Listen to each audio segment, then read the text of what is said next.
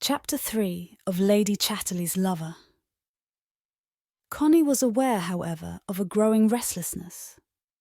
Out of her disconnection, a restlessness was taking possession of her like madness. It twitched her limbs when she didn't want to twitch them.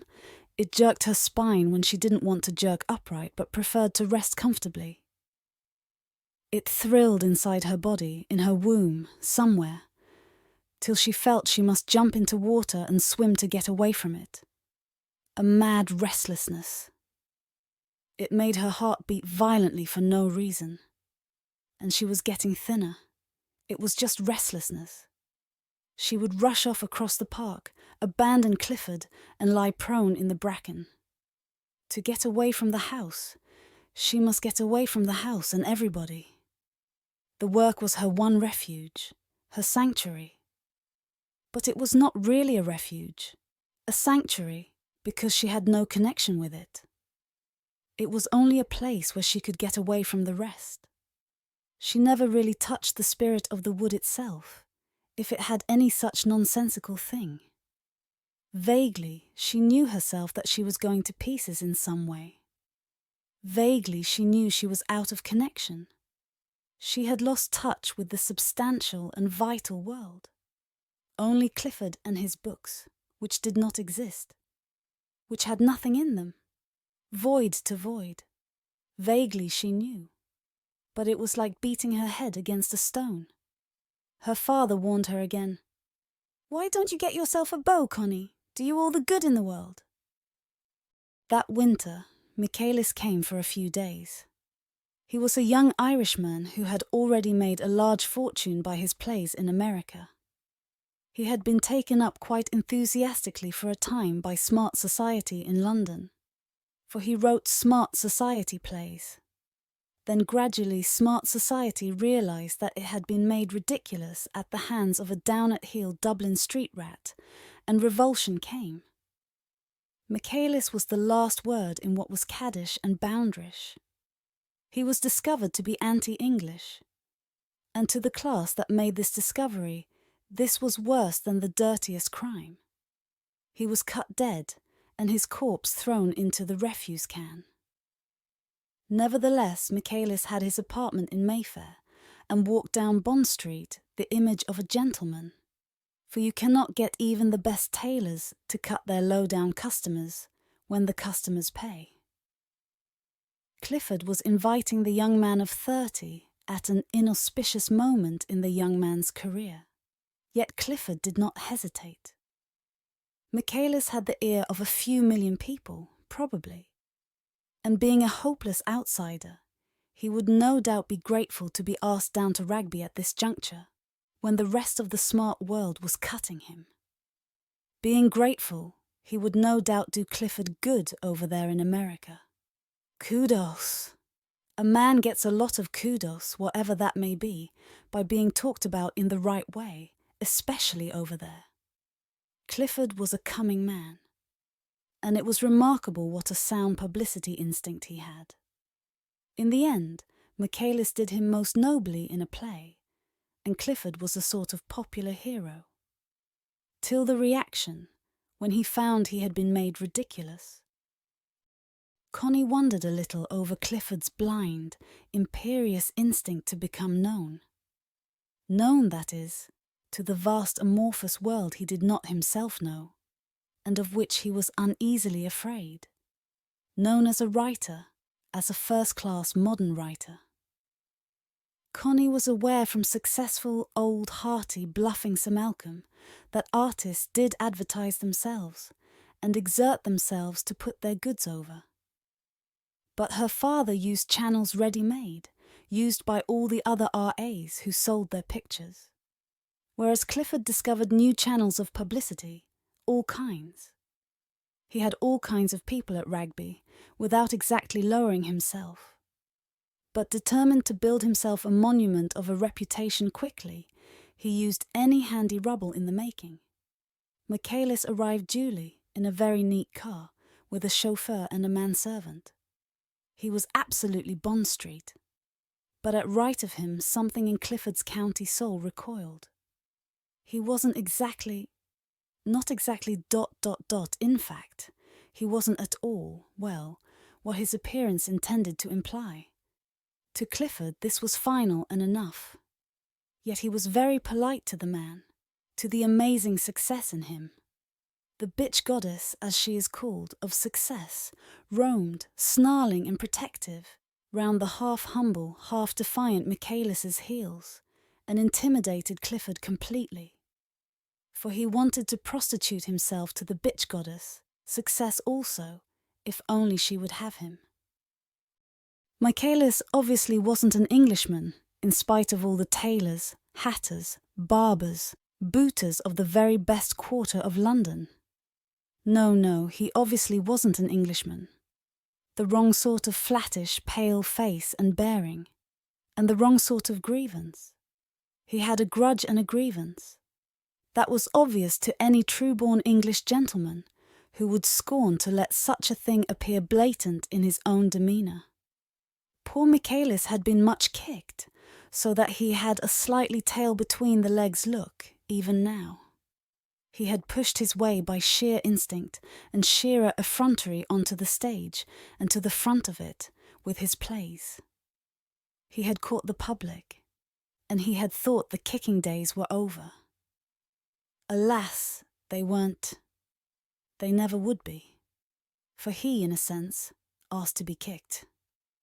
He pined to be where he didn't belong, among the English upper classes, and how they enjoyed the various kicks they got at him, and how he hated them. Nevertheless, he travelled with his manservant and his very neat car, this Dublin mongrel. There was something about him that Connie liked. He didn't put on airs to himself.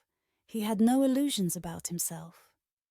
He talked to Clifford sensibly, briefly, practically, about all the things Clifford wanted to know. He didn't expand or let himself go. He knew he had been asked down to Rugby to be made use of, and like an old, shrewd, almost indifferent businessman or big businessman, he let himself be asked questions, and he answered with as little waste of feeling as possible. Money, he said. Money is a sort of instinct. It's a sort of property of nature in a man to make money. It's nothing you do. It's no trick you play. It's a sort of permanent accident of your own nature. Once you start, you make money, and you go on, up to a point, I suppose. But you've got to begin, said Clifford. Oh, quite. You've got to get in. You can do nothing if you are kept outside. You've got to beat your way in. Once you've done that, you can't help it. But could you have made money except by plays? Asked Clifford. Oh, probably not. I may be a good writer, or I may be a bad one, but a writer and a writer of plays is what I am, and I've got to be. There's no question of that. And you think it's a writer of popular plays that you've got to be? Asked Connie. There, exactly, he said, turning to her in a sudden flash. There's nothing in it. There's nothing in popularity. There's nothing in the public if it comes to that. There's nothing really in my plays to make them popular. It's not that. They just are like the weather, the sort that will have to be, for the time being. He turned his slow, rather full eyes, that had been drowned in such fathomless disillusion on Connie, and she trembled a little. He seemed so old, endlessly old, built up of layers of disillusion, going down in him generation after generation, like geological strata, and at the same time he was forlorn like a child. An outcast, in a certain sense, but with the desperate bravery of his rat-like existence. At least it's wonderful what you've done at your time of life, said Clifford contemplatively. I'm 30, yes, I'm 30, said Michaelis sharply and suddenly, with a curious laugh, hollow, triumphant and bitter. And are you alone? Asked Connie. How do you mean? Do I live alone? I've got my servant. He's a Greek, so he says, and quite incompetent. But I keep him, and I'm going to marry. Oh, yes, I must marry. It sounds like going to have your tonsils cut, laughed Connie.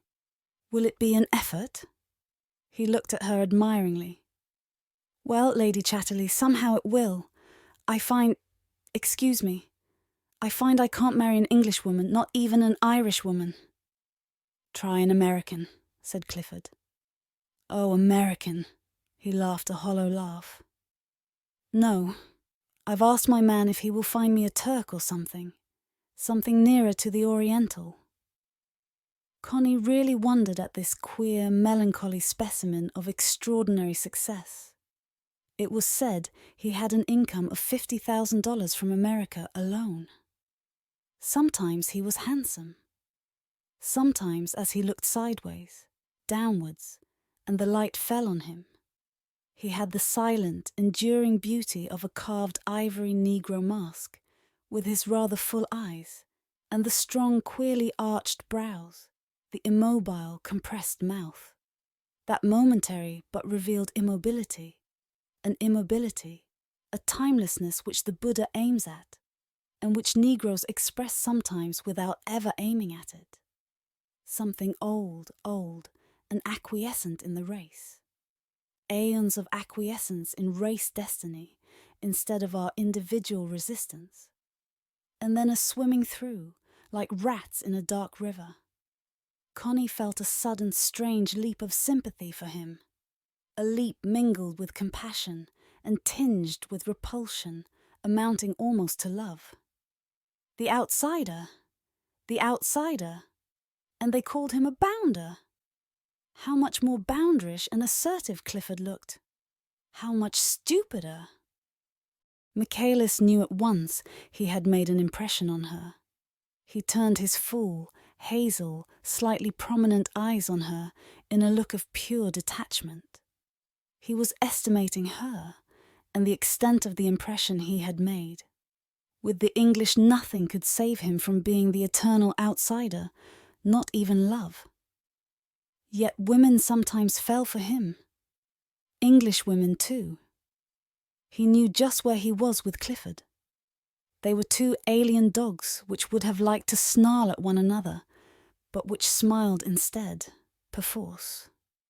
But with the woman he was not quite so sure. Breakfast was served in the bedrooms. Clifford never appeared before lunch, and the dining room was a little dreary. After coffee, Michaelis, restless and ill-sitting soul, wondered what he should do. It was a fine November. Day fine for Rugby. He looked over the melancholy park. My God, what a place! He sent a servant to ask, could he be of any service to Lady Chatterley? He thought of driving into Sheffield. The answer came. Would he care to go up to Lady Chatterley's sitting room? Connie had a sitting room on the 3rd floor, the top floor of the central portion of the house. Clifford's rooms were on the ground floor, of course. Michaelis was flattered by being asked up to Lady Chatterley's own parlour. He followed blindly after the servant. He never noticed things, or had contact with Isis' surroundings. In her room he did glance vaguely round at the fine German reproductions of Renoir and Cézanne. It's very pleasant up here, he said, with his queer smile, as if it hurt him to smile, showing his teeth. You are wise to get up to the top. Yes, I think so, she said. Her room was the only gay, modern one in the house, the only spot in Rugby where her personality was at all revealed. Clifford had never seen it, and she asked very few people up. Now she and Michaelis sit on opposite sides of the fire and talked. She asked him about himself, his mother and father, his brothers. Other people were always something of a wonder to her, and when her sympathy was awakened, she was quite devoid of class feeling.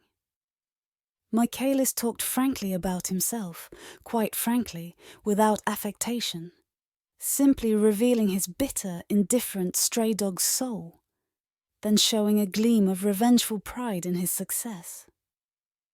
But why are you such a lonely bird? Connie asked him. And again he looked at her, with his full, searching hazel look. Some birds are that way, he replied. Then, with a touch of familiar irony, but look here, what about yourself? Aren't you by way of being a lonely bird yourself? Connie, a little startled, thought about it for a few moments, and then she said, Only in a way, not altogether like you. Am I altogether a lonely bird? He asked, with his queer grin of a smile, as if he had toothache. It was so wry, and his eyes were so perfectly unchangingly melancholy, or stoical, or disillusioned or afraid. Why? She said, a little breathless, as she looked at him. You are, aren't you? She felt a terrible appeal coming to her from him that made her almost lose her balance. Oh, you're quite right, he said, turning his head away and looking sideways downwards with that strange immobility of an old race that is hardly here in our present day. It was that really made Connie lose her power to see him detached from herself. He looked up at her with the full glance that saw everything, registered everything. At the same time, the infant crying in the night was crying out of his breast to her, in a way that affected her very womb. It's awfully nice of you to think of me, he said laconically. Why shouldn't I think of you? She exclaimed, with hardly breath to utter it. He gave the wry, quick hiss of a laugh. Oh, in that way! May I hold your hand for a minute? He asked suddenly, fixing his eyes on her with almost hypnotic power, and sending out an appeal that affected her direct in the womb. She stared at him, dazed and transfixed, and he went over and kneeled beside her and took her 2 feet close in his 2 hands and buried his face in her lap, remaining motionless. She was perfectly dim and dazed, looking down in a sort of amazement at the rather tender nape of his neck, feeling his face pressing her thighs. In all her burning dismay, she could not help putting her hand, with tenderness and compassion, on the defenceless nape of his neck, and he trembled with a deep shudder. Then he looked up at her with that awful appeal in his full, glowing eyes. She was utterly incapable of resisting it. From her breast flowed the answering, immense yearning over him. She must give him anything, anything. He was a curious and very gentle lover, very gentle with the woman, trembling uncontrollably, and yet at the same time detached, aware of every sound outside. To her, it meant nothing except that she gave herself to him. And at length he ceased to quiver any more, and lay quite still, quite still.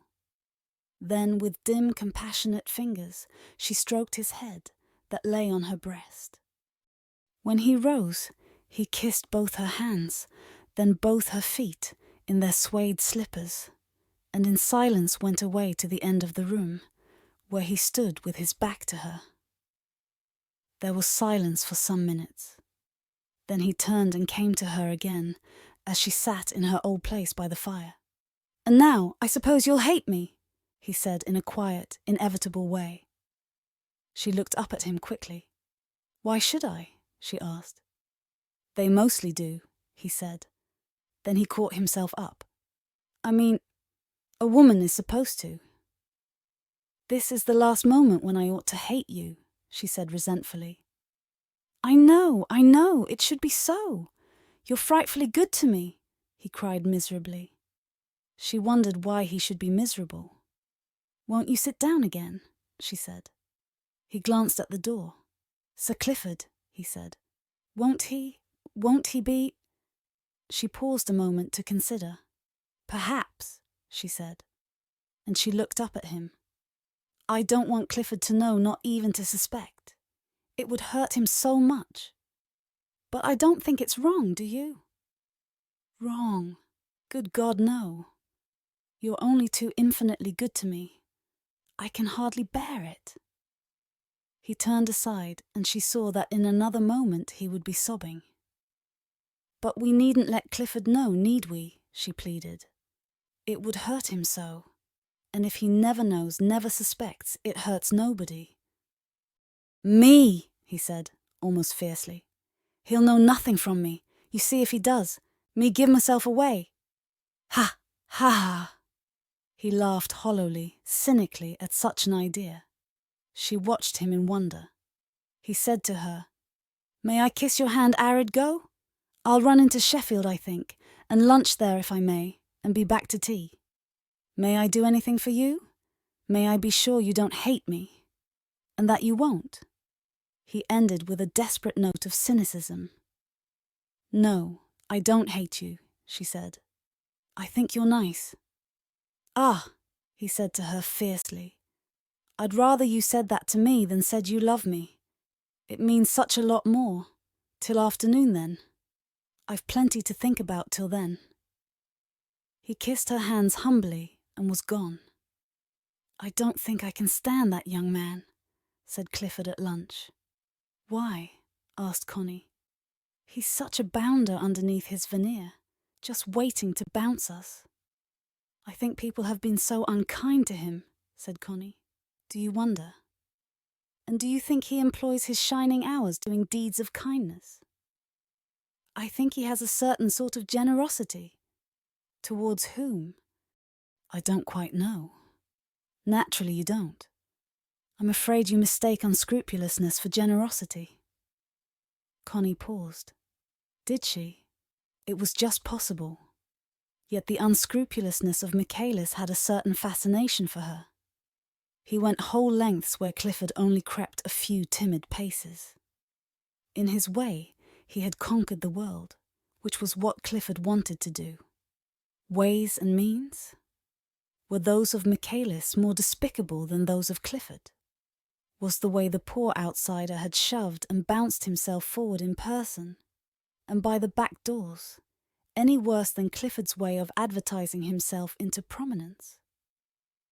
The bitch goddess, Success, was trailed by thousands of gasping dogs with lolling tongues. The one that got her first was the real dog among dogs, if you go by Success. So Michaelis could keep his tail up. The queer thing was he didn't. He came back towards tea time with a large handful of violets and lilies and the same hangdog expression. Connie wondered sometimes if it were a sort of mask to disarm opposition, because it was almost too fixed. Was he really such a sad dog? His sad dog sort of extinguished self persisted all the evening, though through it Clifford felt the inner effrontery. Connie didn't feel it, perhaps because it was not directed against women, only against men and their presumptions and assumptions. That indestructible inward effrontery in the meagre fellow was what made men so down on Michaelis. His very presence was an affront to a man of society, cloak it as he might in an assumed good manner. Connie was in love with him, but she managed to sit with her embroidery and let the men talk, and not give herself away. As for Michaelis, he was perfect. Exactly the same melancholic, attentive, aloof young fellow of the previous evening, millions of degrees remote from his hosts, but laconically playing up to them to the required amount, and never coming forth to them for a moment. Connie felt he must have forgotten the morning. He had not forgotten. But he knew where he was ... in the same old place outside, where the born outsiders are. He didn't take the love-making altogether personally. He knew it would not change him from an ownerless dog, whom everybody begrudges its golden collar, into a comfortable society dog. The final fact being that at the very bottom of his soul he was an outsider, an antisocial, and he accepted the fact inwardly, no matter how Bond Streety he was on the outside. His isolation was a necessity to him, just as the appearance of conformity and mixing in with the smart people was also a necessity. But occasional love, as a comfort arid soothing, was also a good thing, and he was not ungrateful. On the contrary, he was burningly, poignantly grateful for a piece of natural, spontaneous kindness, almost to tears. Beneath his pale, immobile, disillusioned face, His child's soul was sobbing with gratitude to the woman, and burning to come to her again. Just as his outcast soul was knowing he would keep really clear of her. He found an opportunity to say to her, as they were lighting the candles in the hall, "May I come?" "I'll come to you," she said. "Oh, good!" He waited for her a long time, but she came. He was the trembling, excited sort of lover whose crisis soon came and was finished. There was something curiously childlike and defenseless about his naked body, as children are naked. His defenses were all in his wits and cunning, his very instincts of cunning, and when these were in abeyance, he seemed doubly naked and like a child, of unfinished, tender flesh, and somehow struggling helplessly. He roused in the woman a wild sort of compassion and yearning, and a wild, craving physical desire. The physical desire he did not satisfy in her. He was always come and finished so quickly, then shrinking down on her breast, and recovering somewhat his effrontery, while she lay dazed, disappointed, lost. But then she soon learned to hold him, to keep him there inside her when his crisis was over. And there he was generous and curiously potent. He stayed firm inside her, giving to her while she was active, wildly, passionately active, coming to her own crisis. And as he felt the frenzy of her achieving her own orgasmic satisfaction from his hard, erect passivity, he had a curious sense of pride and satisfaction. "Ah, how good," she whispered tremulously, and she became quite still, clinging to him. And he lay there in his own isolation, but somehow proud. He stayed that time only the 3 days, and to Clifford was exactly the same as on the first evening, to Connie also. There was no breaking down his external man. He wrote to Connie with the same plaintive melancholy note as ever, sometimes witty, and touched with a queer, sexless affection. A kind of hopeless affection he seemed to feel for her, and the essential remoteness remained the same. He was hopeless at the very core of him, and he wanted to be hopeless. He rather hated hope. "Une immense espérance a traverser la terre," he read somewhere, and his comment was, "And it's darned well drowned everything worth having." Connie never really understood him, but in her way she loved him, and all the time she felt the reflection of his hopelessness in her. She couldn't quite love in hopelessness, and he, being hopeless, couldn't ever quite love at all. So they went on for quite a time, writing and meeting occasionally in London. She still wanted the physical, sexual thrill she could get with him by her own activity, his little orgasm being over, and he still wanted to give it her, which was enough to keep them connected, and enough to give her a subtle sort of self-assurance, something blind and a little arrogant. It was an almost mechanical confidence in her own powers, and went with a great cheerfulness. She was terrifically cheerful at Rugby, and she used all her aroused cheerfulness and satisfaction to stimulate Clifford, so that he wrote his best at this time, and was almost happy in his strange, blind way. He really reaped the fruits of the sensual satisfaction she got out of Michaelis's male passivity erect inside her. But of course he never knew it, and if he had, he wouldn't have said thank you. Yet when those days of her grand, joyful cheerfulness and stimulus were gone, quite gone, and she was depressed and irritable, how Clifford longed for them again. Perhaps if he'd known he might even have wished to get her and Michaelis together again.